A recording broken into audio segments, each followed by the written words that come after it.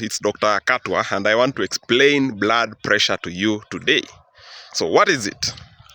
So blood pressure simply means the force per unit area applied by blood that is contained within your blood vessels on the walls of your blood vessels.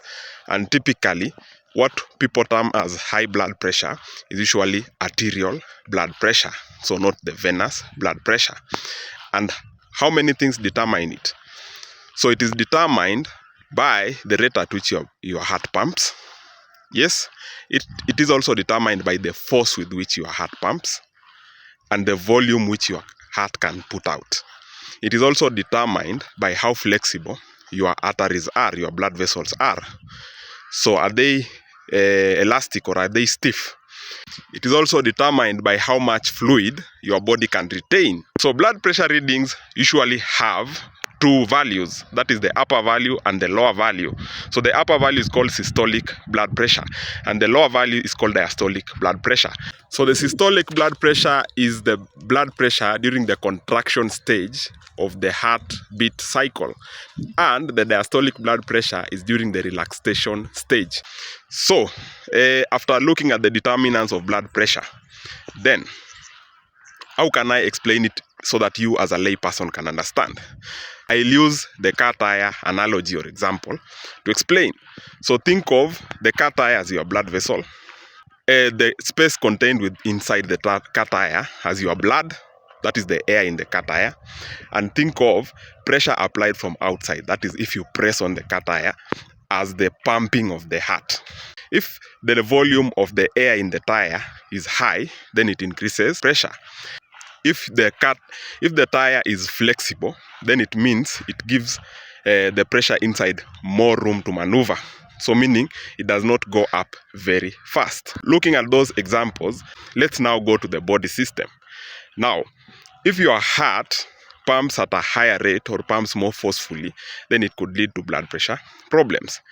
If you have a lot of blood within, or else a lot of fluid within your vascular systems, let's say your kidneys are not functioning well, so you cannot excrete fluids quickly enough, then that could lead to high blood pressure. So let's say your blood vessels are very stiff and they are not flexible, then it does not give a lot. So it means that the blood pressure could easily go up.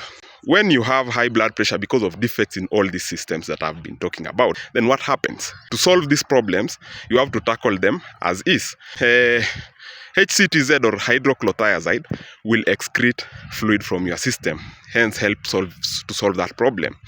Beta blockers, which is atenolol, propranolol, will control your heart rate and also will increase the flexibility of your blood vessels by dilating them. So it solves that problem that way. Calcium channel blockers will make your blood vessel muscles become softer because they block calcium from entering them. So that also solves the problem that way. Angiotensin receptor blockers and ACE inhibitors like losartan and enalapril will also make your blood vessels more flexible. So it will solve that problem that way. So that is what all these blood pressure medications do solve. But as long as we are still in the topic of blood pressure control, then I have to talk about several things. Number one, what is the cutoff point for high blood pressure? So typically they say systolic of 140 and diastolic of 90. That is, if you are above those, then you have high blood pressure. But the story is not that simple. So what that simply means is it gives us a cutoff range that works for majority of people, but does not work for everybody, as the baseline blood pressure depends on a lot of things, including genetics, including race and ethnicity, and also including age. You would not expect a 60-year-old's blood vessels to be as flexible as those of a 20-year-old's. So it means that a 60-year-old could have a higher baseline blood pressure than a 20-year-old, and that is what we call essential hypertension or primary hypertension. So you have hypertension that is not caused by a pathology, but just the physiology of your body changing as you continue to age.